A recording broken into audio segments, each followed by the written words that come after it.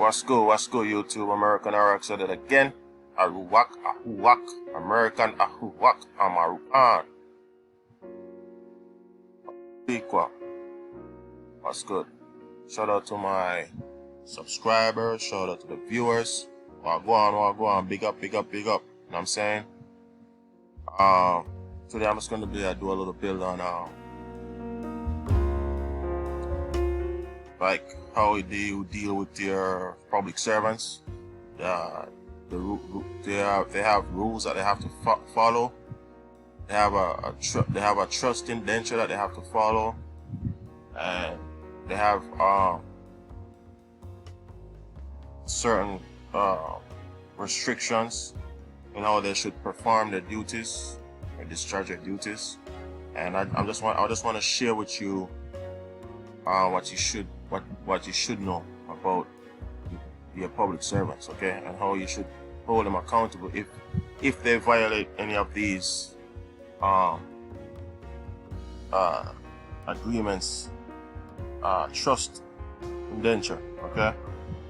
All right, let's get to it. Termination, suspension, or order, or other adverse action as to office of employment, removal and dismissal in general, grounds for removal or dismissal, particular grounds in general, okay. And this, I think, is from a 63 American jurisprudence. Not sure what volume this is, but that's the book. So let's get to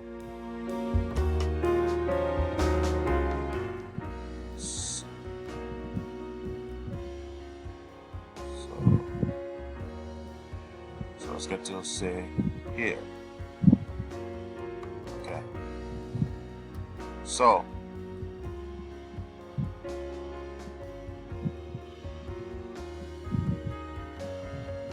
subject to certain statutory procedural requirements, the head of a federal agency may remove an employee suspended in the interest of national security when, after such investigation and review, as the head of the agency considers necessary, he or she determines that removal is necessary or advisable in the interest of the national security.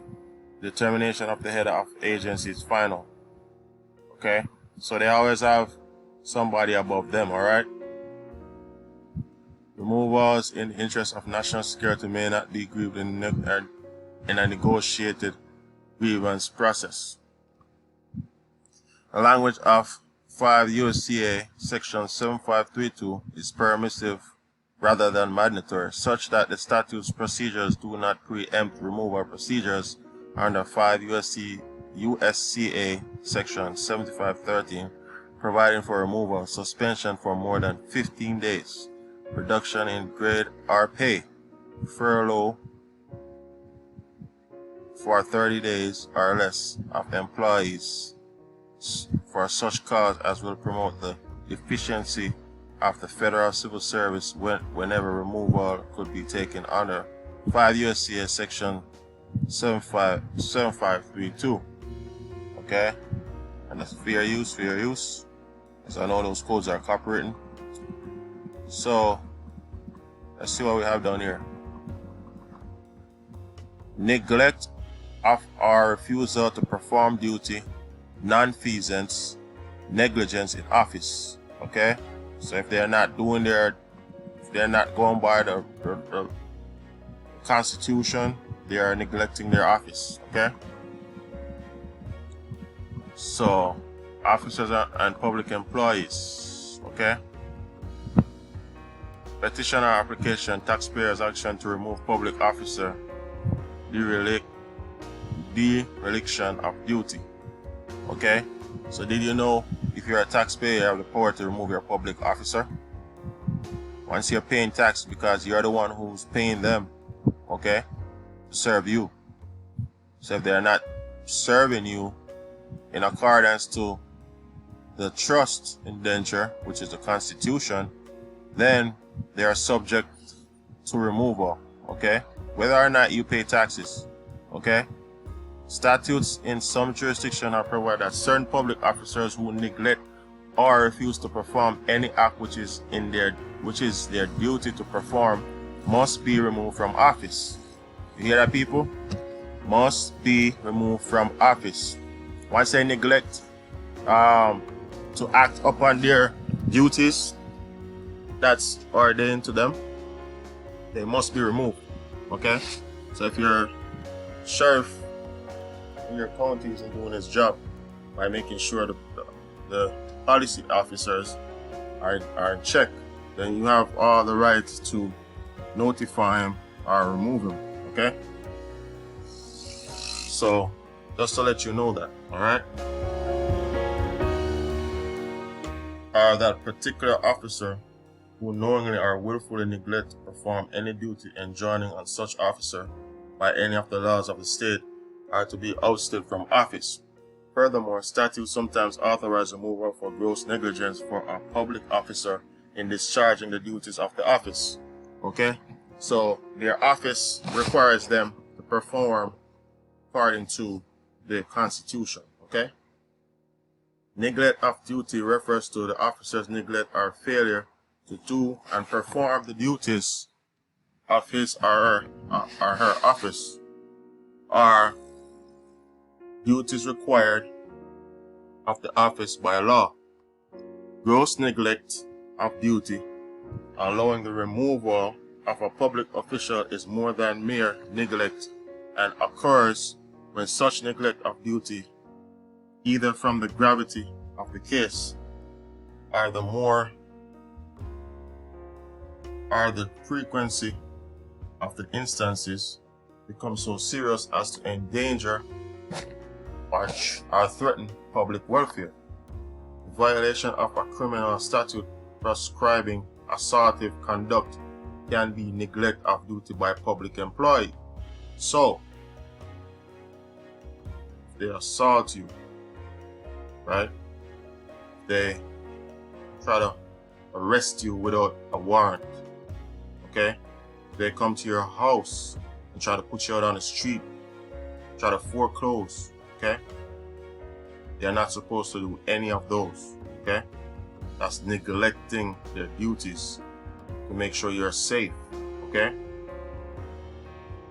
If it occurs in the course of his or her duty, in respect of lack of an instruction to the employee that he or she should obey the law.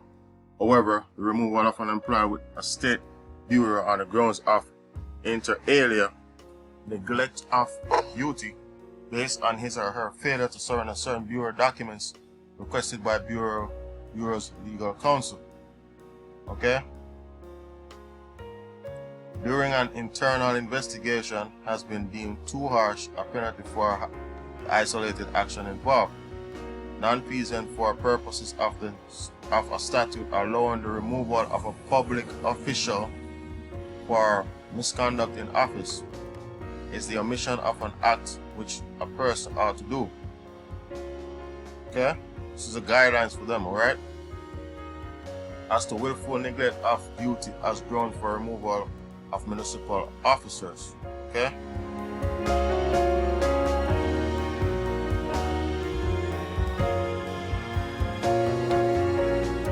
So, this is political beliefs, affiliation, or activities. Federal and state statutes place restriction on political activities of federal and state employees. However, in some jurisdictions, a public employee may not be fired from employment for partisan and political reasons. Such reasons for termination being prohibited by the rules of the state personnel board under state laws. Furthermore, the United States Supreme Court has stated that the dismissal of a public employee for political patronage reasons violates that employee's rights under the First Amendment. So, see, they're not supposed to tell you that you cannot record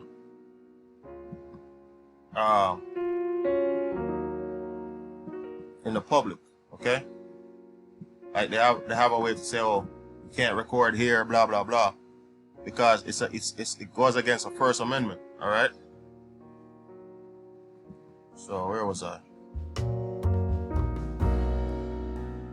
So, as to political affiliation as requiring for eligibility or qualification for a public position generally. C.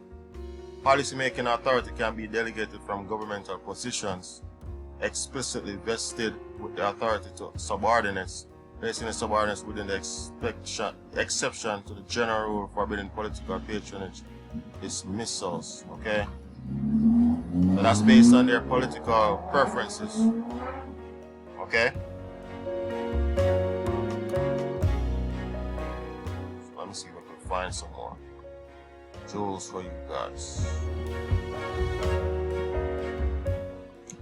Refusal to testify, waive immunity, or submit a polygraph examination.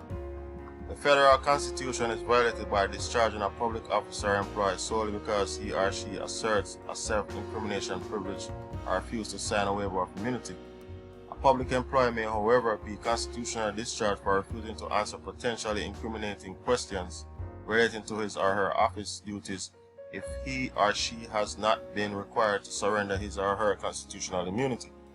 Courts have upheld that dismissal from the employment of public officers or employees who have refused to take a polygraph examination in certain circumstances, as for example where the officer has been promised that her answer would not be used against her in a criminal proceedings so as to testify to the Fifth Amendment, where the officer has not been required to waive the privilege.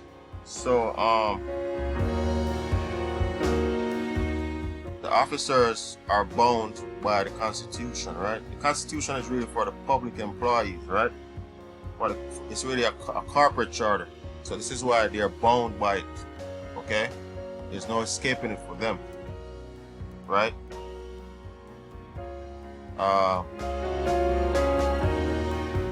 So let's click down here. Other grounds. The discharge of a public employee motivated by religious factors is not constitutionally permissible. Okay, so they can't. A public servant cannot be removed from office because of their religious beliefs. All right. So bear that in mind.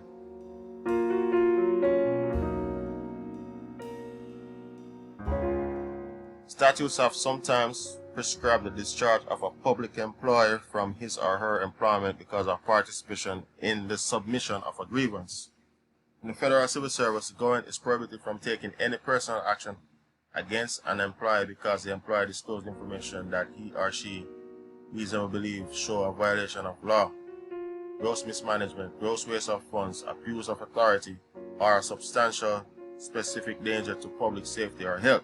So they have no excuse when they're mobbing you and the other officer knows the officer that's mobbing you or harming you is doing wrong, and they do nothing. They have no excuse because they cannot be removed from office just because they're pointing out the wrongs within their fellow officer duties, performing their duties. You know what I'm saying? So they have no excuse to say they could not stop that officer from beating an innocent man or woman or assaulting them just by a traffic stop. You know what I'm saying? They have no excuse there, okay?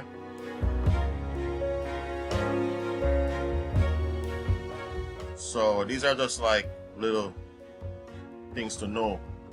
Protect yourself, you know what I'm saying? Against these corrupt officials that violate their office, the duties of their office for commercial gain, okay? Constitutional and statutory provisions have sometimes provided for the removal of public officers on conviction of particular crimes, such as for a felony or misdemeanor involving official misconduct. So when they're assaulting you, that's a misdemeanor. You're supposed to make a claim for assault. Put your claim in. You know what I mean? You know what I'm saying? And then we go against their bond.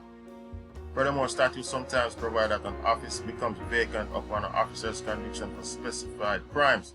So you could convict the officer for a crime as well. A public officer may be removed from office where the crime in question is one type of which one who has committed